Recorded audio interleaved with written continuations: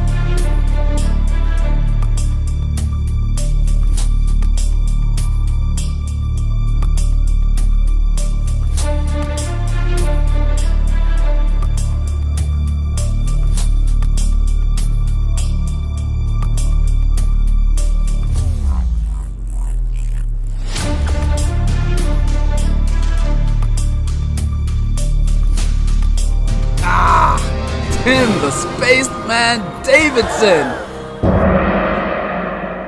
This is Demand Wars.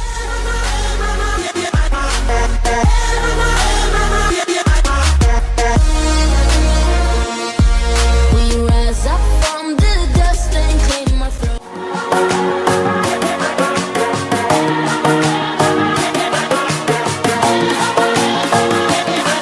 We rise up from the dust and claim my throne. Round 1. Fight! What's up, people? This is Balaji, and welcome to, one of my favorite editions of Demand Wars. She's the head of global demand and marketing campaigns at Nokia. She's on the 2022 Future B2B CMO 100 list, an audience-centric advisor at the intersection of growth, brand, and product. Plus, she's a global citizen. She speaks English and Hungarian, Spanish and German, French and hip-hop. Oh, you think it's a game? Not a game, You think it's a game? Ask her the lyrics to Big Daddy Kane, KRS-One, Scarface, Hot Boys, Biggie. She once ran a 100-person team call center at the age of 23. She's now 24. Finish her! Fresh out the box. Stop, look and watch. Ready yet? Get set. She's all that. From Budapest, Hungary. Kérem, segítsd hozzálek. Please help me welcome. Who's that girl? Zsuzanna. Blau. Okay, oh my god.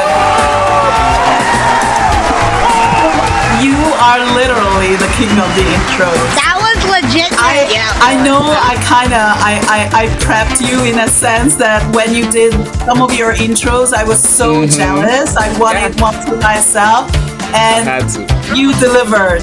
Wow. Some audience research, right? So I really do believe that before you go ahead and create 100 content pieces meant to influence your audience's behavior, you have to do 100 hours of customer research. Do that. And based on what I find, I would go all in on community building. I really believe audience building is one of the most important skill sets for 2024 and onwards. In the age of AI, it's definitely going to be around audience building an audience around your opinion and point of views. A lot of companies want to be thought leaders, but forget that means having leading thoughts. So in order to have thoughts, you have to do your audience research. You have to know your audience. So I would go all in on some research first, and then based on my understanding of where these people actually hang out that I want to target and this behavior I'd like to influence, I would find that outlet, whether it's LinkedIn, Instagram, TikTok, podcasting, Discord, YouTube. That's what I would go all in on. I would choose one channel first, try and identify a niche within that category where my audience is underserved or they have unmet needs. I'd also read up a lot on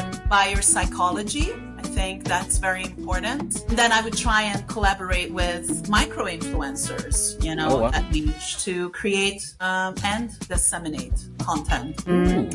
There are a couple of companies that do this really well, actually. It can be harder in B2B to create this kind of influencer brand for you that is a little bit separate from your corporate brand, but that's what I would start with. You want to influence your audience, right? So if you understand buyer psychology, it will help you influence their thinking, their behavior. People don't want to be sold to, like not direct hard sales, but you can prep them without them really noticing it. There's a reason why companies have taglines. That's part of buyer psychology, really. They prep you. So it's almost like Pavlov's dog. Every single time he rang the bell, the dog started salivating. That's prepping. You want to prep your audience to salivate every single time you say your tagline, like Nike, just do it, or McDonald's, I'm loving it. Those things, every time someone says that, you know exactly that's Nike or McDonald's, or you want something of your own. Say, no, Chris Walker is actually doing this a lot, and I'm not sure people actually notice that he keeps repeating the same terms every single speaking opportunity he's got, because he wants you to remember, like I think all bound is a term he's been using, or revenue R&D, and some of these things that are truly his. No one else is using these terms. So the more you do that, the more people will associate those terms with you. That's how you create category as well. If you think about it, like HubSpot did with inbound. No one was talking about inbound before HubSpot started talking about inbound. So again, that's prepping. Round 2. Fight! What's going on, good people? This is Balaji, and welcome to another episode of Demand Wars. He's the content marketing guy. They call him Mr. Metrics. He's the host of the Revenue Alignment podcast, and he's tackling the problem that most struggle with, justifying our value as marketers to the C-suite. He's tackling it head on. This man is a truth teller. He creates more alignment than a chiropractor. I mean, to tell you, big man thing. You see me? Please, help me welcome from Kingston, Jamaica, me brethren, Winston. Hey, Henderson. Walk one, Winston.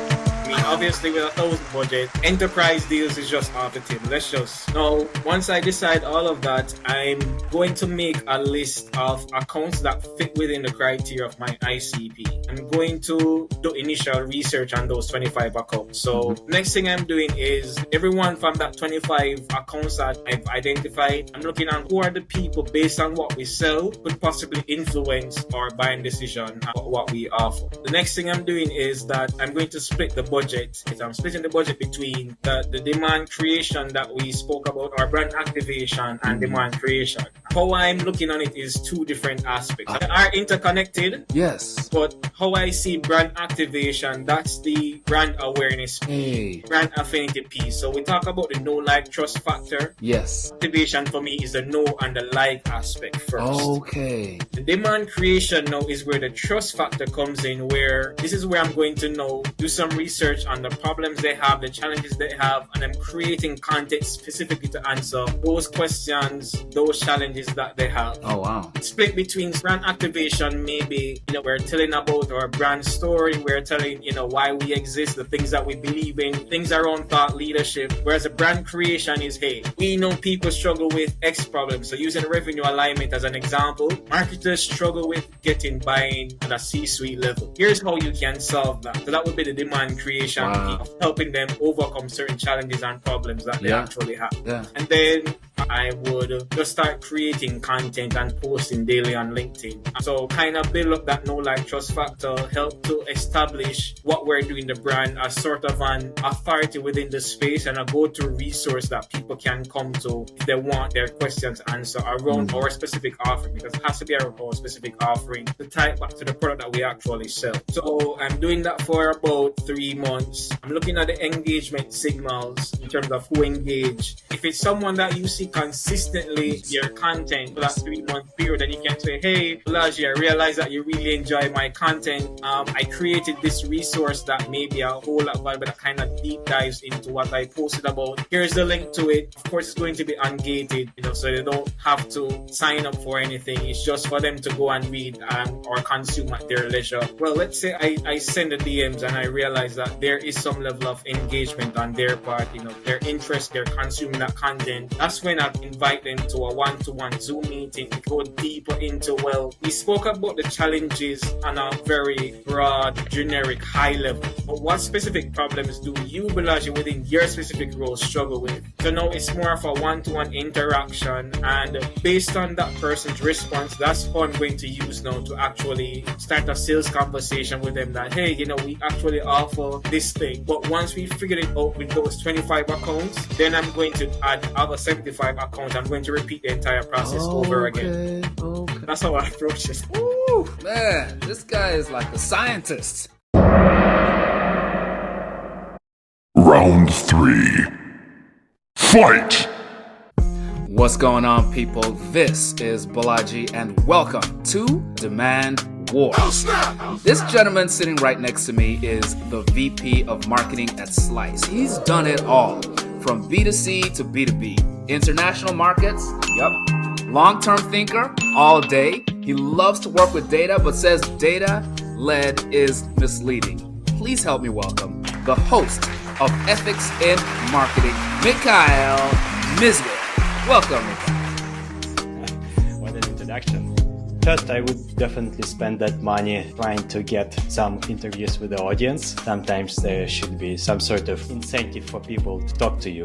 So, talking to customers as a research requires some budget, but that's a solid starting point that would allow you to spend the rest of the money and the next month budget and the next month budget more wisely. So I would put that first as a foundation for all the next actions. And based on that qualitative data that I would receive on that research, I would plan out an ad campaign. So one of the most important things I try to understand is the product that I have to market. How important is this product for my audience in terms of everything they have to deal with on a daily basis? Could be a million of things, right? And my product could take a big share of their attention, could take a small portion of their attention, could be a very tiny fraction of their attention. And that could make a very big difference in terms of what are you going to do next. If your product really takes a lot of big share of attention of your audience, then you can pretty much safely build your strategy around the content related to your product, to the problem your product solves. Like you could think about things like CRM. Usually people who deal with CRM, it's a very, very important part of their day-to-day job. So it's oftentimes a central piece of what they do, but more often than not, the product that we market really takes a tiny fraction of attention of our audience. So that's what I'm trying to understand. Like, is it really that important from their perspective, or is it just something they need to solve, but there is like a thousand of other items we're competing with from their perspective, right? So when you look from the perspective of your own product, because on the marketing side, where usually marketers really focused on their own product, they see it as the center of the universe, but this is far from the reality for your audience. And you need to understand, if you see like the daily life, the work for your audience, how far from the center of their attention your product and the problem your product solves is. Is it very far away? Is it just something really insignificant? So that was the case with Slice, right? So it was not very significant. That's why I chose the approach of really trying to catch their attention with something that has more significance to them, and then just supplementary try to show our product. And the content is about how to do their job more efficiently. Well, specifically, so we talk about human skills, people skills that they would need to apply it in their daily job. And we have a podcast where we invite experts from our audience that discuss this topic. And because that's something they really care about, and that's something they need to use daily, they want to learn more about this, they watch the show, right? So that's the whole point. Round 4. Fight! What's going on, good people? This is Balaji with the Demand Wars. I have your hero's hero, your marketer's marketer here today. Let me set this up for you. So he helps marketers grow their companies and their careers. He helps B2B marketers like you and me create predictable growth with account-based marketing. He's a nurse husband. He's a stand-up dude. Please help me welcome all-around great guy, my friend, Mason Cosby. What up, Mason? I am so thankful I'm on the show because that was the best introduction I have ever received. I'm excited to be here today and compete in the demand war. I'm going to get LinkedIn Sales Nav with the intent that I can look at who are the different companies and starting to build out targeted lists of people to connect with the intent that over time I can start to build my audience. Based on what I can see right now within LinkedIn, you can send out about roughly 100, maybe 250 connection requests on a weekly basis. So that's the best way to proactively build your following and your audience. Then I will start to create content on a daily basis that is helpful and valuable for that specific audience and start to engage with them as well. So that is, I can't remember how much LinkedIn Sales Nav is at the top of my head, but it's not super expensive on a monthly basis, which I'm going to say leaves me about $950. From there, I'm going to get StreamYard, which is $25 a month, so that I can start to build a live stream podcast show that I can stream to YouTube and Facebook and LinkedIn, so I can start to build audiences there as well. And then I'll use Spreaker for podcast distribution across Apple Podcasts and Spotify and all those different podcast distribution channels, which is $32 a month. From there, I'll take the video from StreamYard and I'll use another tool called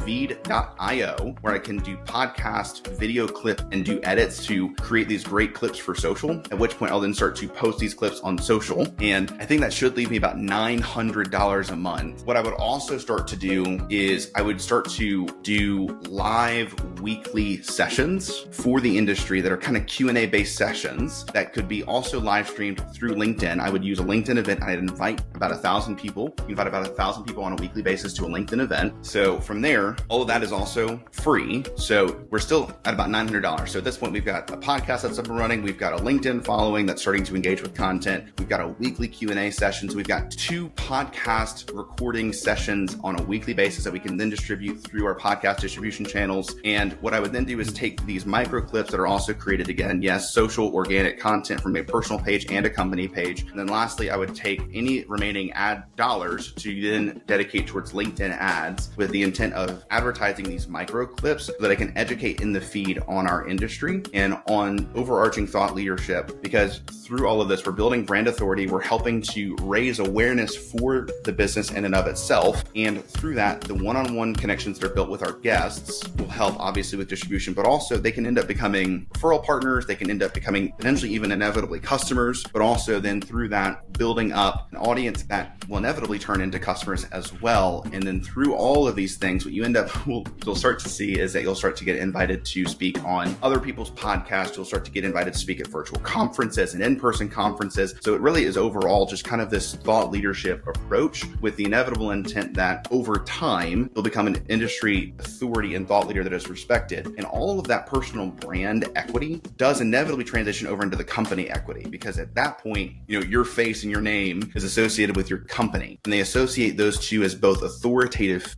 in the space. So that is the short of it of how I would take $1,000 and create as much content in feed as possible to then generate demand to inevitably capture demand over time. The people that I would connect with would all be target accounts. So I work in a marketing agency. What we've seen is that some of our best customers that we work with are on HubSpot, because there's a culture piece that HubSpot attracts. They attract kind of a mindset. So again, there's that element to it where, yes, technology, if you're in the tech space and integrations that are already natively built out, make it easier to onboard and work with specific customers, but also looking at technology to understand what kind of customers does that technology attract from a culture perspective. So you're also a culture fit with those that you work with. It's not the most scalable way, but it's a scrappy way.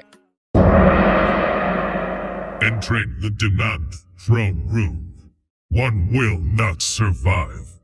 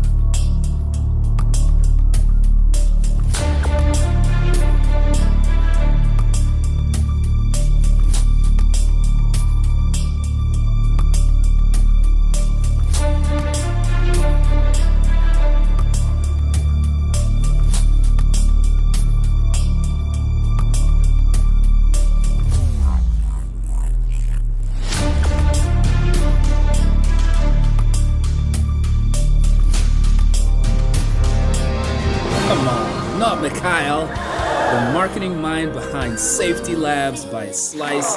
Definitely follow Mikhail on LinkedIn and follow the Slice brand as well. They're doing amazing things under his watch.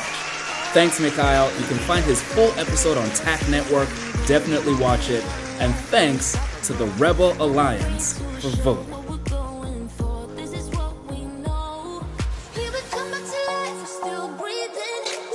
Everybody's gonna see it. Oh, all you need to know is that we're holding on. Even if we fall, we will rise up and we follow the path that we believe in. No, we're not gonna stop until we reach it.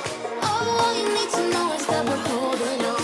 We rise up from the dust and clean my throat.